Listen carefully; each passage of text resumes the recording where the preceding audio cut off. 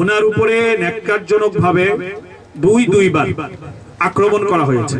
তখন উনি একটা উত্তর দিলেন খুব ন্যাক্কারজনকভাবে এবং ভয়ঙ্কর একটা উত্তর দিলেন, সেটা হলো যে ওনার উপরে তো শুধুমাত্র হামলা হয়েছে, উনি তো ইন্তেকাল করেন নাই, উনি তো মারা যান নাই। সিলেটের নির্বাচনকে বয়কট এবং জনগণকে এই নির্বাচন প্রত্যাখ্যান করার আহ্বান জানাচ্ছি। অত্যন্ত ভারাক্রান্ত হৃদয় নিয়ে উপস্থিত হয়েছে। আপনারা সকলে ইতিমধ্যে অবগত হয়েছেন, বরিশালে এবং খুলনায় আজকে নির্বাচন ছিল, সিটি নির্বাচন অনুষ্ঠিত হয়েছে।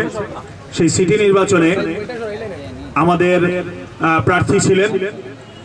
আমাদের প্রার্থীদের অবস্থান কেমন ছিল, জনগণ কিভাবে কেমন সাড়া দিচ্ছিল, এটা আপনারা দীর্ঘদিন থেকে মিডিয়ার মাধ্যমে আপনারা সেটা জানতে পারছিলেন।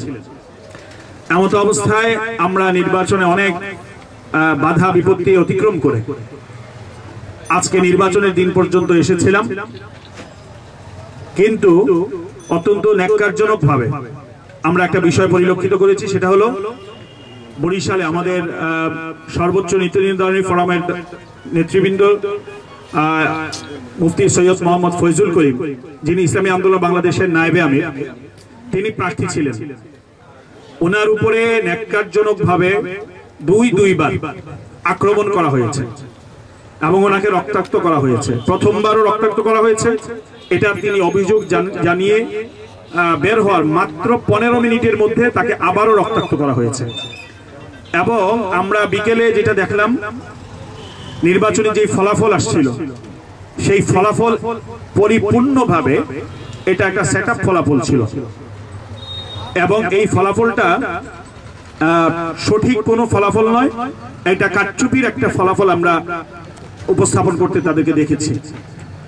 যেখানে আমাদের আজকের এই বরিশাল নির্বাচনে মেয়র হয়ে যাওয়ার কথা ছিল, যেখানে আমরা মেয়র আজকে নির্বাচিত হওয়ার মতো পরিবেশ ছিল, জনগণ সেভাবে রায়ও দিয়েছেন, কিন্তু বিকেলে সেই রায়কে পরিবর্তন করা হয়েছে। পাশাপাশি প্রধান নির্বাচন কমিশনার, যিনি কিছুদিন পূর্বে সিলেটে এসেও খুব ভালো ভালো কথা বলে গেছেন, নীতিবাক্য বলে গেছেন আমাদের সামনে, উনি এই সিলেটেও যখন তিনি এসেছিলেন, আমি তখনও তার বিভিন্ন কথার বিষয়ে আমি কথা বলেছি, বিভিন্ন বিষয়ে কথা বলেছি এবং তিনি এখানে আমাদেরকে বিভিন্ন উত্তরও দিয়েছেন এবং খুব সুন্দরভাবে তিনি কথা বলেছেন।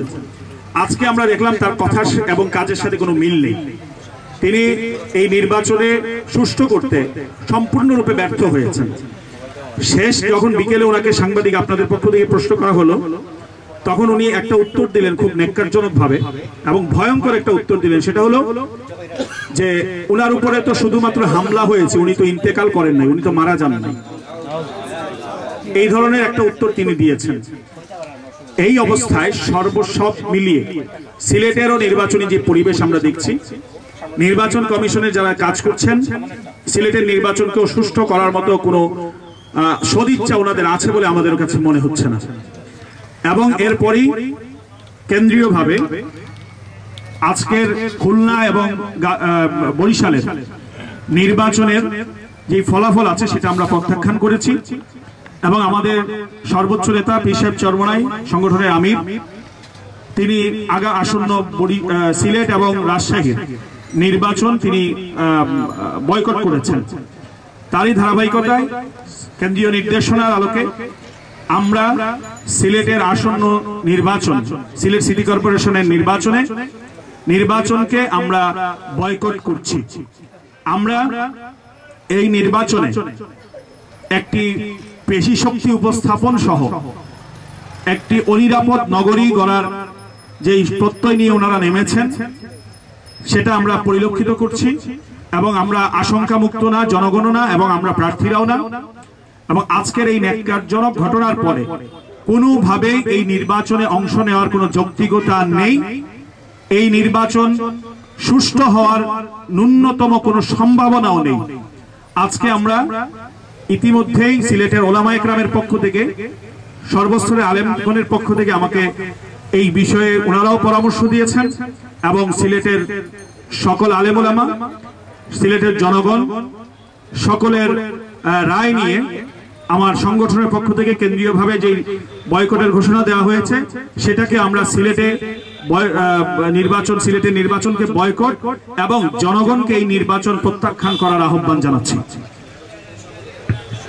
পাশাপাশি আমরা বর্তমান যে আজ্ঞাবহ নির্বাচন কমিশন আছেন, প্রধান নির্বাচন কমিশনার সহ তাদের পদত্যাগ দাবি করছি। সারা দেশে বিক্ষোভ মিছিলের কর্মসূচি আছে এবং আজকে সারা দেশে আমরা সিলেটেও বিক্ষোভ মিছিল হয়েছে এবং আগামী শুক্রবারে আমরা বিক্ষোভ মিছিল করব এবং এখন আমাদের কার্যক্রম কর্মসূচি এই সরকারের অন্যায় অত্যাচার অবিচারের বিরুদ্ধে সর্বত্র আন্দোলনের কর্মসূচি আমাদের শুরু হবে ইনশাআল্লাহ।